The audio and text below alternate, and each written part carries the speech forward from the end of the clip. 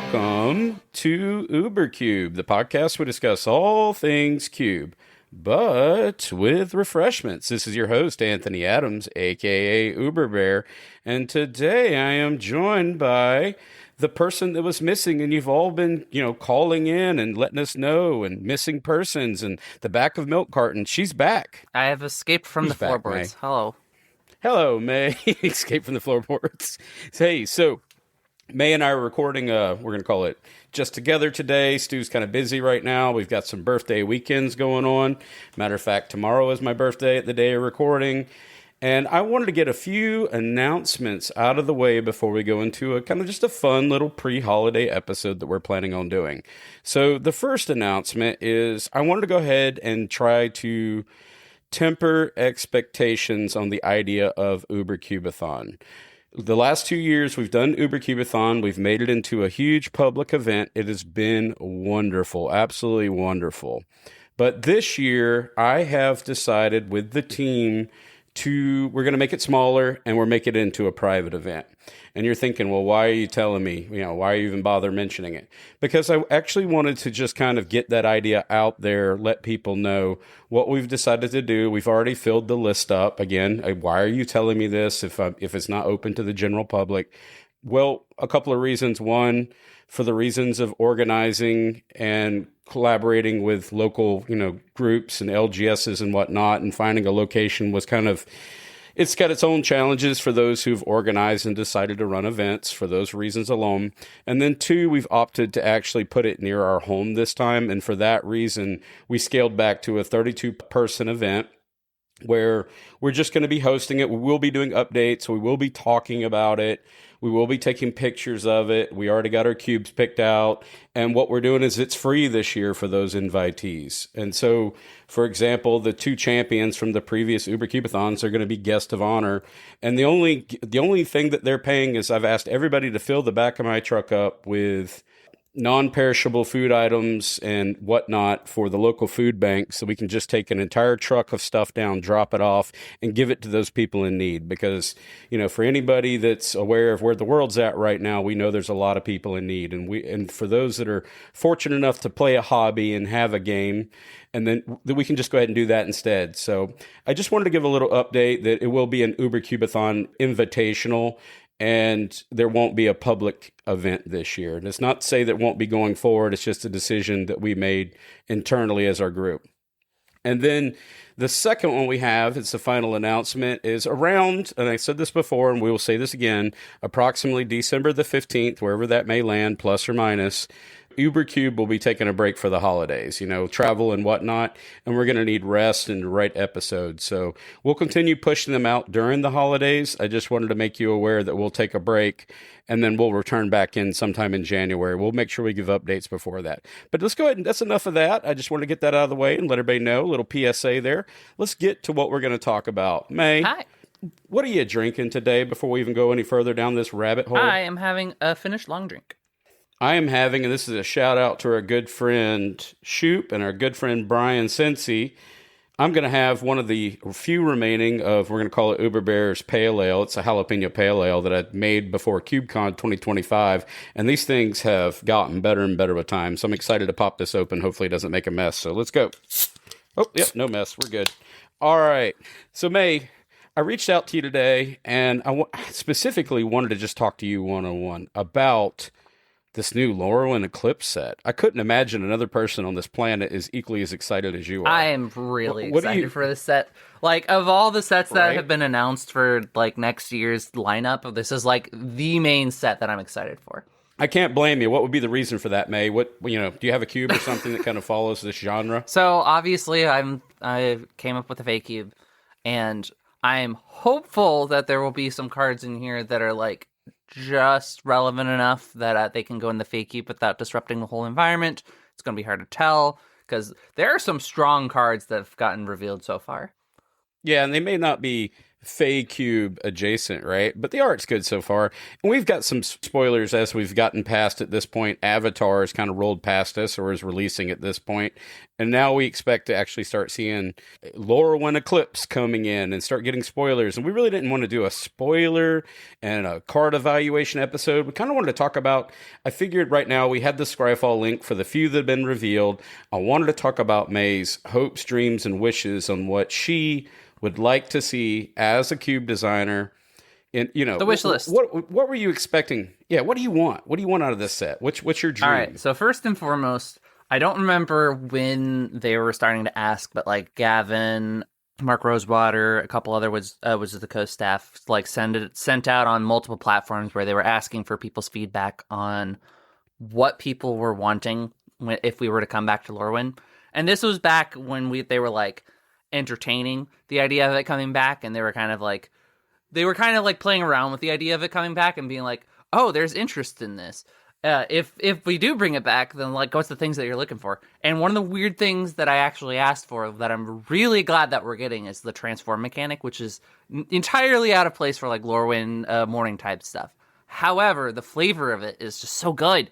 Because one of the things that I really love about like Lorwyn and Shadowmoor was just the fact that they had like that duality to it that didn't properly get explored at that time. That now that we have a lot more room for experimenting with like dual face cards, I feel like that having these kind of dual face cards will add a lot of let's say complexity into the environment in a way that I'm looking for. Because right now the only transforming card that I have at the moment, and I promise that this is like related, all right, but Scorn Villager as my sit-in for Little Red Riding Hood. I know that we have other Little Red Riding Hood-esque cards, but Scorn Villager just captures like the vibe that I was looking for the Fae Cube for so long, but it was the only transform card in here, and it kind of was unfortunate, because it's just like, I want more transform cards in here, but none of them really had the flavor I was looking for. And Lorwyn's Eclipse reintroducing like transform into a really unique way that I really appreciate. I'm so excited for that. I think that actually kind of gives a little bit of a cool segue we can talk about. I did my 5 dragons walk into a bar cube, and I kind of used, I guess the core principle of it is I'm going to have 180 cards, but how can I get the most out of these 180 cards? And how can I make the games feel like when you're playing these 180 cards that it's not repetitive and redundant? And the way I went about that is actually leaned into a lot of the stuff that you had talked about early on with the Fae Cube, is I embrace the idea of, let's say, Adventure, or what was it, the Omen with the dragons, or split mechanic cards, or in this case, in which I didn't do any because it's a bar cube and it's not sleeved, dual-faced modal cards. And what I believe when you're saying that out loud is you can take your 360 Fae Cube, you're right, and while some people may shun the idea of double-sided cards because they do have complexity intertwined with them, you could theoretically add more depth to your Fae Cube environment by having cards when they flip over, they do something different. That's what I'm trying to say in a nutshell, right? Get more out of the singular card by turning it into 2 cards, kind of like you did with Adventure. Am I wrong in that statement? No, you're correct. Because like, I'm not wanting to add like a ton of complexity, but like having the transform cards, and the thing that I'll note that is special about these transform cards is that there's a strict timing to it, where it's just at the beginning of your first main phase, you can pay the cost. If you do, then you get to transform it. Right? There's strict timing, there's a strict cost to flipping it. There is a lot more that creates that simplicity to the transformation, as opposed to trying to like keep track of like day and night or something. I'm so glad that they're not bringing back day and night to try to do this. Yeah, I agree with you. I kind of like how they did something different, so it doesn't even feel Innistrad. I'm going to give an example of a card, and we'll have these. There's a Scryfall sheet right now that I'm currently looking at, and these cards are frankly new to me. I'll do my very best to kind of get through one. I'm not saying that this is going to the Fae Cube, but to kind of give an idea of what we're looking at here. It's Iridu, Carrier of Dawn for 3 colorless and white. You get a legendary creature, Elemental God, 5/5, flying lifelink. Creature spells you cast have Convoke. At the beginning of your first main phase, you may pay 1 swamp. If you do, transform Iridu. I'm going to flip it over. And then it's going to be Islu, Carrier of Twilight, legendary creature, elemental god, flying lifelink. Each other non-token creature you control has persist. At the beginning of your first main phase, you may pay 1 white. If you do, transform Islu. I think this is amazing, actually. This is so neat to me. This is one of the first times I looked at this, but you can tweak these cards to be what you want. You could run that as a mono white card and would have been fine, but if you're in air quotes black, white, or Orzhov, right, you can now flip it over to the other side and go back and forth and kind of make it into what you want. Do you want persist or do you want convoke? I love this. I dig this so much. I know that's not going to go into the Fae Cube, but I really love this model, this frame. And it looks, I think I agree with you. It's a lot of words, but for me, these were very easy to understand. I didn't struggle with accessibility there. Did you? No, I feel like that, like... I think it was clean. Yeah, it's very clean. Like, yes, having the complexity of you're having 2 cards on one can be a little difficult for, like, the actual drafting portion, but, like, I'm not planning on adding, like, a huge package of them. Just, like, a little bit more to add more flavor, right? And this is like a card that's really well designed. I really like the first half of being like, hey, this helps you get your creatures on the board, and the second half being like, this helps you keep your creatures on the board. And the fact that you can just kind of flip back and forth is just really nice.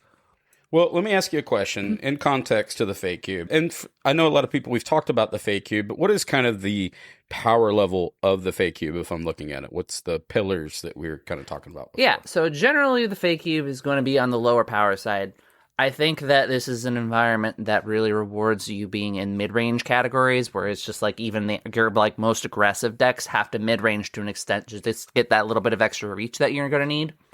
But when it comes to a lot of the power outliers for this environment, a lot of its outliers are like explicitly like signposts for their types. They're explicitly signposts for certain types of decks.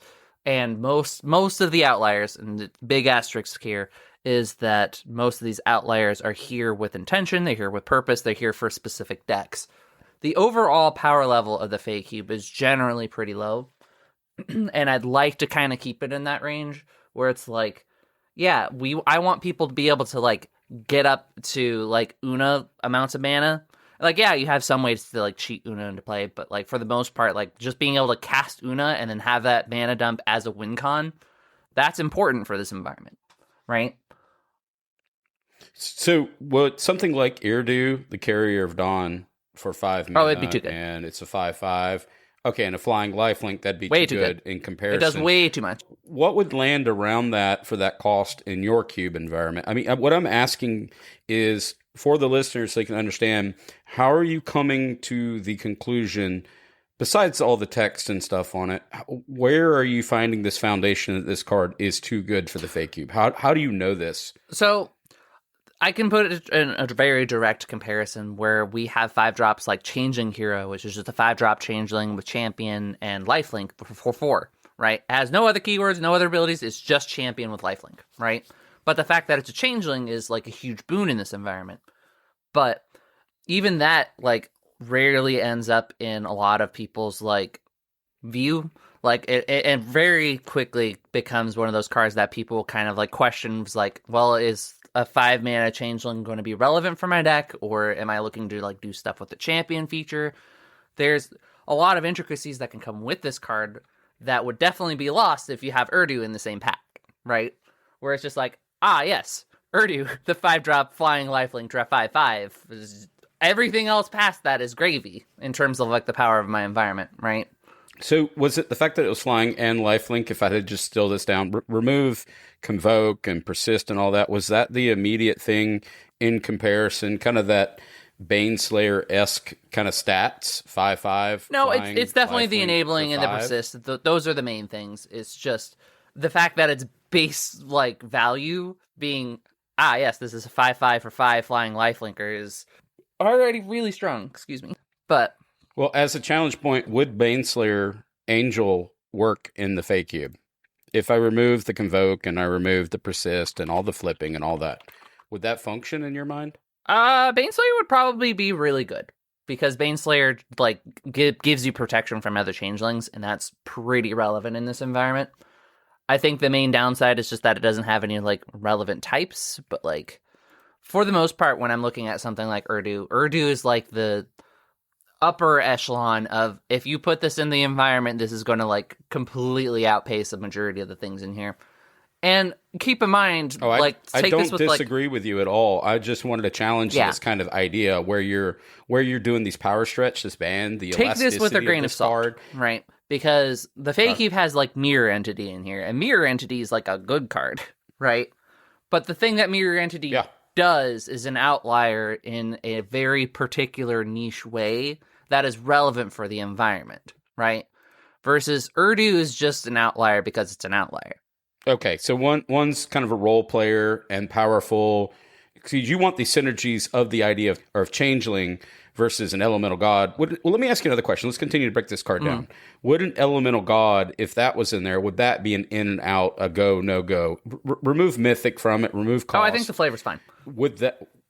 Okay. The flavor is like absolutely fine. It was actually one of the few things that I've gotten feedback for the Fae Cube, where people like really wanted me to throw in a lot more of like the elementals from like Lorwyn and Shadowmoor, but I ended up cutting them so I can be a little bit more focused on to like specific like subtypes and types, right? Because the party mechanics are like the primary, and then you have like your secondary where you have like the elves and goblins and so on and so forth. And elementals was one that I got in a comment a few times for, because this is something that's deeply flavorful. It's something that you see a lot in like fairy tales. You see it a lot in Lorwyn and Shadowmoor. It was very important for like that environment's identity, right? But the thing that I always contest with is that may be important for Lorwyn and Shadowmoor, but Fae Cube is not just Lorwyn Shadowmoor, right? In the same way, it's not just Eldraine. So there's a couple other cards in here that I think are interesting. And again, I'll do my best to upload these into some form of show notes, but I'll include the Scryfall link because I'm looking at this live right now, reading and thinking, I wonder if this works for the Fae Cube. And I'm looking at one right now, and the card is called Deceit. And for 4 colorless and hybrid Dimir, we'll call it that, creature, elemental, incarnation, 5/5. When this creature enters, if you pay blue was spent to cast the spell, so if you did 4 and blue instead of a combination of, return up to 1 target non-land permanent to its owner's hand. When this creature enters, if you did this in black, not a combination of, was spent to cast it, target opponent reveals their hand, you choose a non-land card from it, that player discards that card. And then you have the ability to evoke it for the hybrid colors. So you could pay blue, I guess it's sorcery speed, bounce something. Definitely a sorcery speed. Or you can play black, and you can look at their hand. You can get something out of their hand for a 5/5. I like this card, Deceit. It's kind of disturbing. It's kind of on the other end of the Fae. Kind of, when it's on the side of unsightly towards it. Yeah, you can have some of that. Oh yeah, right? absolutely. They have to have, in my mind. Yeah, fairy tales aren't always sweet and beautiful and all that. And you start going to the outer rim of fairy tales, they get a little disturbing. I kind of dig this. What do you think about this card? It's like an anglerfish. I think it's a really good card. Actually. And what's particularly nice about it is that it's built in a very fair way. Like, even if you do flicker it to like cheat the evoke cost or whatever, and to be clear, there's not like really good ways to cheat flicker in this environment, but if there was a point in which you were to try to do some weird flickery thing with Deceit, like, you still can't get the extra bonus effects out of it outside of just keeping the creature. Like, the way that it's designed is very fair, and that's something that I'm actually really excited for in this environment, because even though I have like pseudo flicker packages, right? Where I have things, okay, so I have things like Werefox Bodyguard, which can let you like sort of like remove something for a little bit. You can use it to pseudo flicker, like I mentioned before with Champion. Champion's like a big part of this, where if you want to create like a champion like loop, where if you have multiple cards with Champion, and then like one other thing that lets you flicker your cards, like for example Werefox Bodyguard, then you can just sit there and like flicker your stuff. And if you have anything with like ETB, LTB triggers, then it's just a cool way to build your deck. Nobody's done it yet, but it's there. But point is that none of this is like unfair, flickery, hard to interact with stuff in relative to the environment. And these are cards that, specifically pulling back to Deceit, this is a card design that really lets you take advantage of like the evoke stuff without worrying too much about getting too powerful. Because like I've gotten it a few times where people really wanted like a mole drifter in here, where being able to like mole drifter and have like these flicker whatnots would be cool. It would be neat. But I also have things like, Pondering Mage on the opposite end of that scale, right? Where it's just like, yes, this just comes in and I get a ponder effect. And it makes it really difficult for me to, I don't want to say justify as much as clarify, like why I'm making the choices that I am without it just being, well, I'm choosing this for the subtypes, I'm choosing this for whatever. Deceit feels like that it can fit into the Fae Cube potentially really nicely. It's a strong card. It's a relevant card. But it's not an unfair card. Nothing that it's doing feels unfair. It's not unfair, and I'll interrupt you for this reason. Yeah, go for it. It's not unfair because even if you flickered it, it only comes in as a 5/5. Exactly. It's part of the cast cost to get those additional effects. Yeah. So even if you evoked it and you went and bounced something, or you looked at my hand and you stripped for 2, and that's very fair in my mind. And then you decided some way to air quotes ephemerate blink it, right? It comes back in as a 5/5, and now you have a 5/5. Right now, unless you do something else, you have a 5/5 vanilla, which isn't nothing in the Fae Cube based on your power bands. Like going back to the Erdu conversation where it was flying and lifelink, this is bounce, strip, or 5/5 vanilla, which I think is very fair. Yeah. And like in a lot of ways, this feels like it's just like an upgraded Dinrova horror. And Dinrova horror would not be out of place in the Fae Cube, right? And it's why I really like it. My main complaint would just be like where I would slot it in, because I already have like Una as like the hybrid slot. If I want to increase how many hybrid cards I want to include in the environment, that more of the meta issues with me wanting to include it rather than the mechanical issues, which is why I'm excited to see what other evoke elementals we come out with, because we even have things like Emptiness, for example, where Emptiness is another 6 mana, but this time it's a 3/5. It's in Orzhov.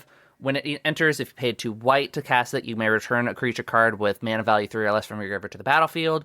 Or if you've played 2 black, then you can put 3 -1/-1 counters onto one target creature. Again, both effects extremely fair. Even if you do get both, at that point it's just like, okay, you had to make sure that you had exactly these 4 mana in order to cast this thing, and then when you do, like even if you invoke it, neither of these effects feel unfair, right? And this environment, it feels like it could slot in. It's strong. Undeniably, it's like good, but it doesn't feel out of place. It doesn't feel backbreaking, and these are the types of things that I'm actually really excited for, depending on like what other hybrid elemental evoke whatnots that we end up with.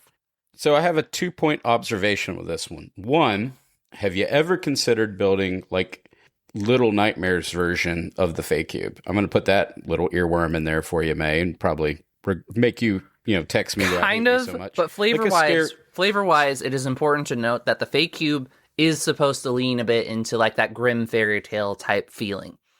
It's why I have things like Mind Shrieker in here as an example, right? Where it's just, this is a spooky spirit bird. It's one of those things where you would feel like it's out of place until you like recognize kind of the context around it's this big spooky spirit bird. It's definitely relevant, and things like let's say also Redwall. What's really neat about the Fae Cube, yeah, that's what I was gonna say, Redwall-esque, but like in the lore of the Fae Cube, which I appreciate, is you can go outside the borders. So everybody's thinking cute little whimsical fairies and little goblins, and maybe they're in the meadow, picking berries and doing whatnot.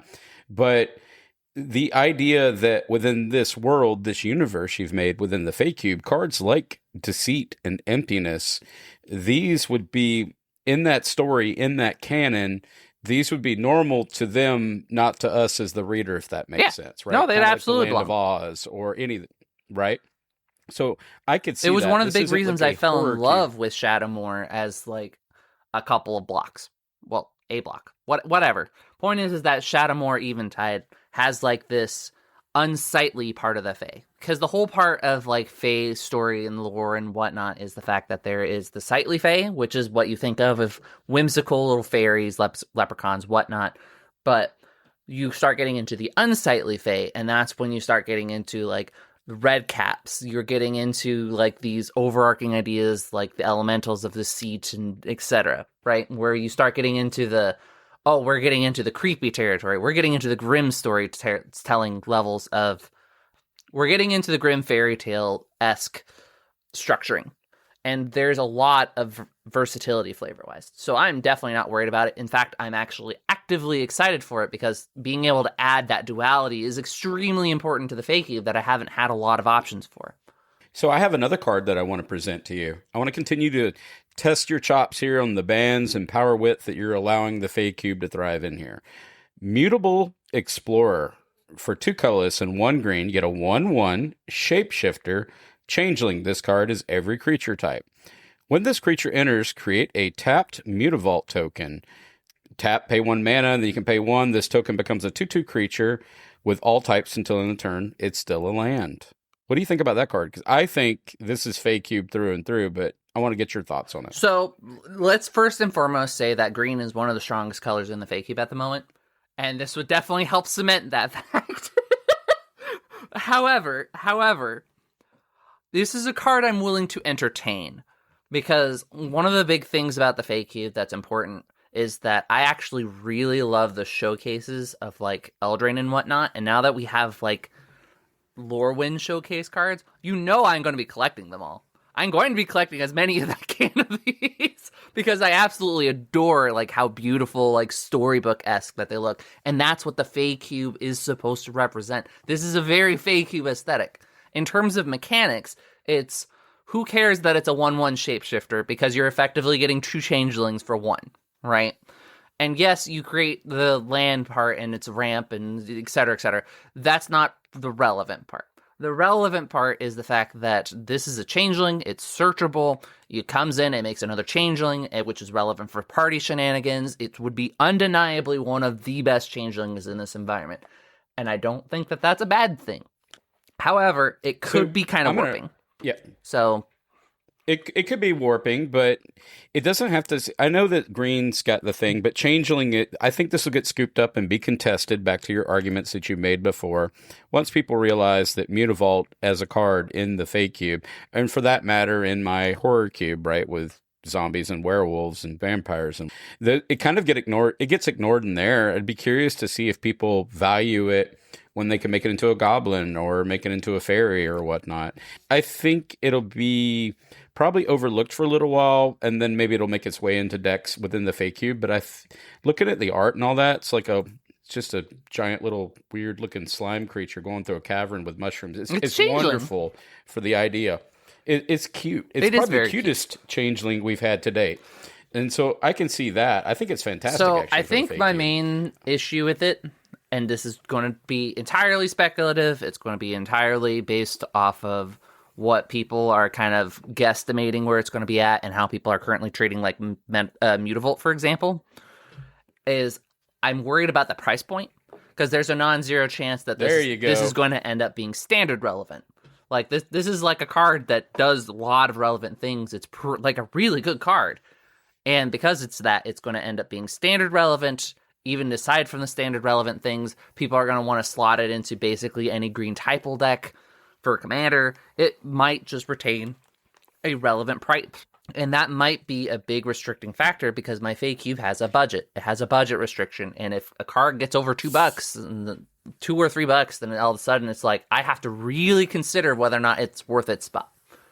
Even if Anthony mails it to you and Stu and go, here you go, you need this in your cube, it's gonna be great. But you're doing it for people because your cube is highly, I guess, copied. It's cloned, right? Yep. And you're trying to create accessibility through budget, which I respect. So you're trying to keep that. I imagine a lot of these cards we're going to talk about right now, hopefully the word mythic, sometimes you get a mythic and they kind of you look at one of your, we'll just say Star City or whatnot, and they'll do their generic pricing of $40 out the gate for some of the mythics on their evaluations. But I imagine they'll come down in time. Do you normally wait for things to rotate out of standard? And then as a follow-up question, because our standards are longer now, I feel like this might be a problem for you. So I don't wait for things to rotate out of standard. That's only relevant for, like, the price point. And most of the time, like for standard relevant cards, they end up coming down in price after I initially added in. What I actually wait for is I'm waiting for people to play the environment and play like the limited set, so that way I can know which cards are like actually problematic in the environment, which ones are people are actually drafting, what's the archetypes people are going for, so I can get as much information about how these cards perform in a limited setting before deciding it for the Fae Cube. That's the relevant part. And it usually takes like a month or so before people start having like relevant data of this is what's good in this environment for drafting. So I got another card I want to ask you about, and this is one that I've bugged you about for years. We've talked about Bitter Blossom being in your environment for a while, and it would not belong. Why would Bitter Blossom? It won't belong. What's the reason why Bitter Blossom won't belong? Besides maybe cost? Question mark. So first of all, Bitter Blossom is like one of those cards, and completely off script for a second, that should go in your Black Parade Cube. So it's in there. It's in there. Bitter Blossom is one of those cards that if you have enough control pieces and you have just like enough time, it's a win con for 2 mana. You don't have to do anything else except for just play Bitter Blossom, control enough of the board, and then turn sideways when it's relevant, right?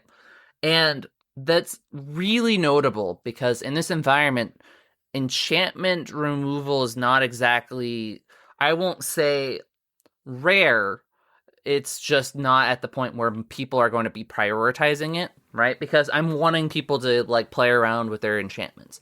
Like there's some removal in here, don't get me wrong, but this one would be like you have to have a removal option for it. So the card that I know that you're going to be segueing me into is Bitter Blossom Bearer. Bitter Bloom Bearer, sorry. So it's pretty bitter, Bitter Bloom Bearer is black for a 1/1 flash flying creature. And that already is like really good because you can hold up your interaction points, and like for fairy decks in particular, just fantastic. I want this for my fairy precon. But this is the important part. It has the Bitter Blossom effect onto it. At the beginning of your upkeep, you lose 1 life, create a 1/1 blue and black fairy creature token with flying. Wait. No, you're right. You're right in what you're saying. It's exactly the same. I also just realized that this has a different token. This does not create the same token.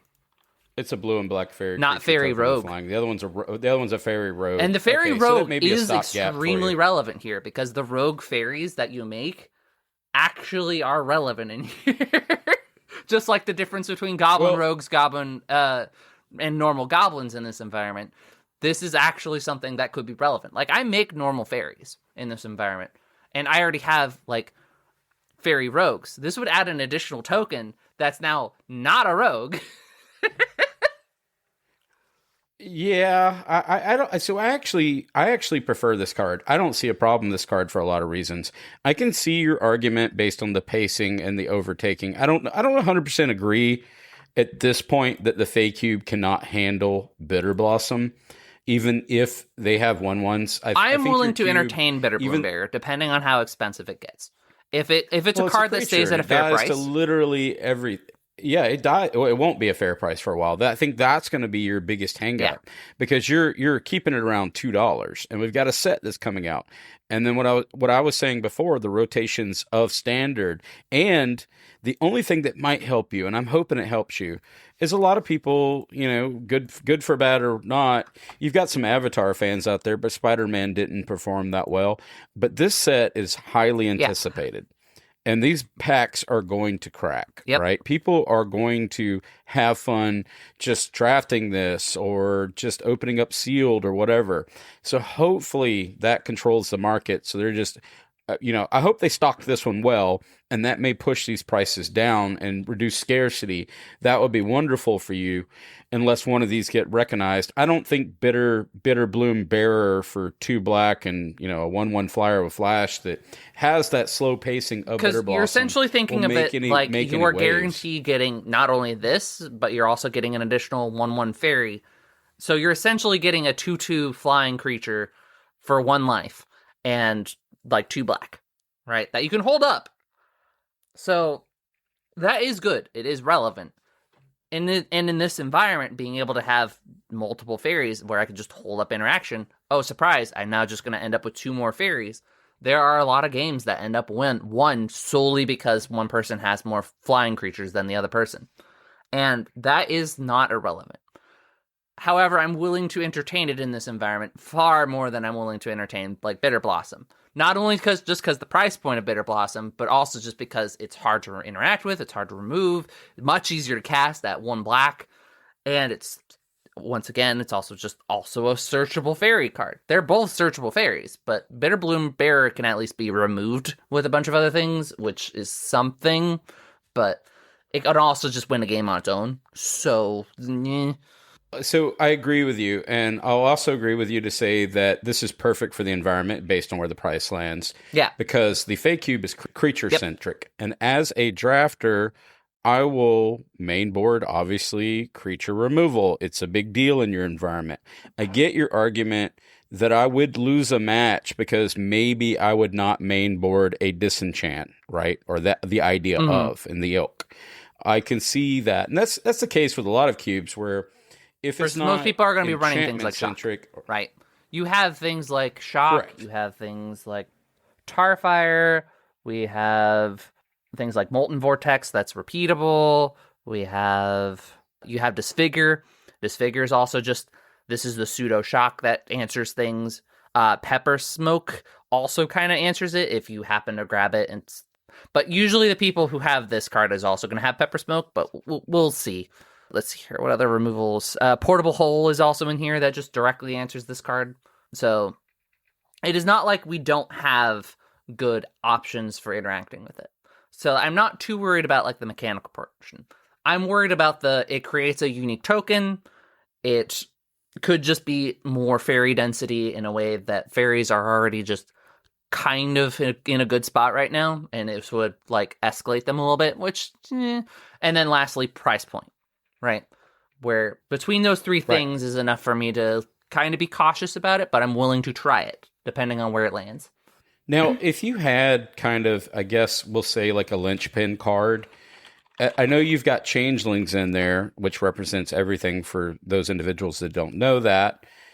I wonder if a card like Ashling's Command for 3 colorless and Is It Kindred Instant Elemental choose to create a token copy that's a copy of target elemental you control. Target player draws 2 cards. Ashling's Command deals 2 damage to each creature target player controls, which would be devastating to the goblins on the other side of the board. Or target player creates 2 treasure tokens. That is kind of a pretty neat. And this, you tell me what you think. For the Fae Cube and the Art's Gorgeous again, that's almost like a one-sided board wipe that would allow you to get through and, for those board stalls, and sometimes it can happen because as we're talking about these fairies, the reason why the fairies win is because they fly over the goblins. I mean, there's no other way to explain that, right? But what if there were no goblins? And you could now just rush through with your humans in your party or whatever you've got. I know you don't run a lot of instants and a lot of middle spells like that. What do you gauge the power level of Ashling's Command? So, first of all, I do really like Ashling's Command. I think that it has like a few pocket synergies in this environment. I really like that it lets you make a token copy of like your changelings, for example. The copying an elemental part is going to kind of feel like a bait, but I don't think that that's going to be the main reason people are going to play it. People are mostly going to be playing it for the draw 2 cards, deal 2 damage to each creature and each player. Introducing the treasure tokens, again, is just like another token that I'd have to consider adding into the environment because I try to like reduce the total amount of tokens, but I'd be willing to consider it. In terms of power level, I feel like that this is one of those, what's the word I'm looking for? Prophetic Bolts?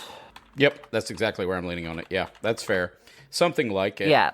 I think things like Prophetic fair Bolt, in your environment. Where it's literally 5 mana instant, deal 4 damage to any target, look top 4, put one of those into your hand. And that is like something I would consider if like Fae Cube power level. And I don't think that it's relevant for like the archetypes or what I'm trying to do with Is It, but that's like a good overarching representation of what I'm trying to do here, where it's, yeah, I'm doing a thing that generates me value and like answers a creature maybe. And this is definitely on the upper echelon of that, where it's just like, all right, all these little duders on that are now on the board, gone. and I get to draw 2 cards. And that's going to be huge in this environment. So I've got one more for you, and I kind of want to tie off here, and then I'm going to have a final question for you. At least I hope I remember it. There's another card I'm looking at, and again, the spoilers are pretty small right now, but I thought it'd be interesting. You know, you're the most excited person in the whole world for this. I'm so It's going to be excited. Magical Christmas Land for you. And I know these are going to be expensive, and we kind of talked about that. They may not fit your initial restrictions, but it's fun to kind of, we can all dream together, right? But Formidable Speaker for 2 colorless and a green, you get a 2/4 creature, elf druid. When this creature enters, you may discard a card. If you do, search your library for a creature card, reveal it, put it into your hand, then shuffle. And you can pay 1 colorless, tap it, untap another target permanent, i.e. a fairy. This card is easily one of the best cards this? that they've ever reviewed from this entire set, period. This is vintage cube playable because it lets you always have your it always lets you have access to your toolbox for both of your creatures. It lets you get access to untapping your Guidus Cradles and whatnot. This is a good creature, really good. This person designed this card explicitly for Vintage Cube, and that's not hyperbole, right? This is literally the champion who designed this card. Whoever. Well, let me ask. Yeah. Well, I got a question for you. Okay, so It's a good card. Okay, so let's say Vintage Cube. No, you're not wrong. I see what you're saying. There's no way it I would see even it be now. affordable in the Fae Cube. I still struggle. I still struggle to see this as. I still struggle to see this as vintage. I just don't. Let's talk about the context of the Fae Cube. Go back to your power bands that you have, right? Where you're saying, I don't want to run Bitter Blossom. I've got some sneaky snackers in there, and I have these things, right? Your power level. The thing about this card is that it's very right. core. So let me just cut you off and leave it right there. This is a card that scales with your environment. If you are having extremely powerful creatures and extremely powerful lands or things worth untapping, it's extremely good. It scales really well the more powerful your environment is. However, because of the fact that it scales the way it does, you kind of have to look at the options that you have as a toolbox, which, to be clear, I am a big fan of creating toolboxy type decks in this environment. I have a bunch of tutor type cards in here. That's not the issue. The other thing is whether or not I'd have things worth untapping. I don't think that there are that many creatures or permanents that actually care about being untapped in this environment that much, outside of a land, which that doesn't feel great to spend 1 mana just to untap a land. But being able to toolbox into whatever creatures, that's cool. That's good. I like it. And if there was a future in which this was less than $2, then I could consider it. It's very safe, but I feel it could kind of lead into this.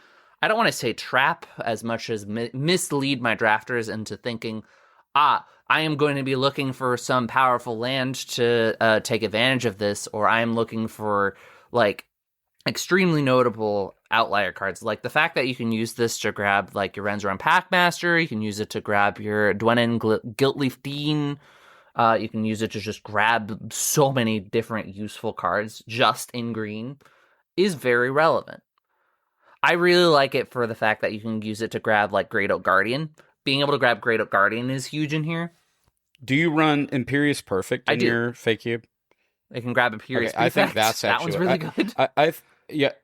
I would just go... Yeah, Prefect. I would just go grab that and just continue my Elf Ball. I don't know. I guess people could toolbox this, but I think the Fae Cube kind of forces you a little bit into a lane. You can mix and match, and I've tried that, but I think your decks are a lot more effective if you stay within the synergies of the Kindred. Mm-hmm.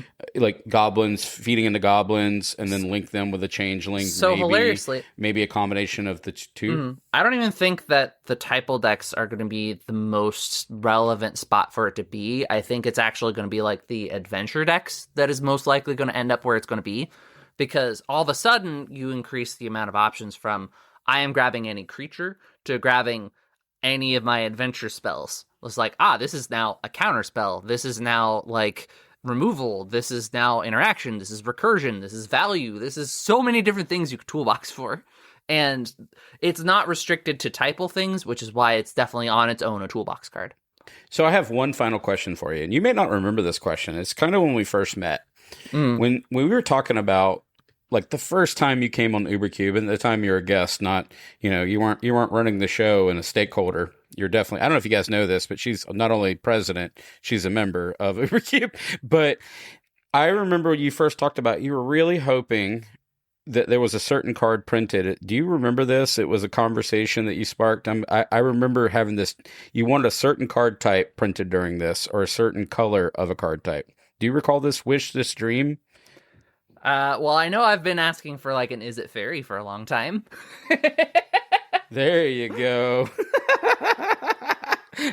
You also, if I recall, wanted like a Green Goblin in addition. You wanted to kind of get more I would like more color green shifting goblins. of certain creature types. Yeah, that would be pretty cool.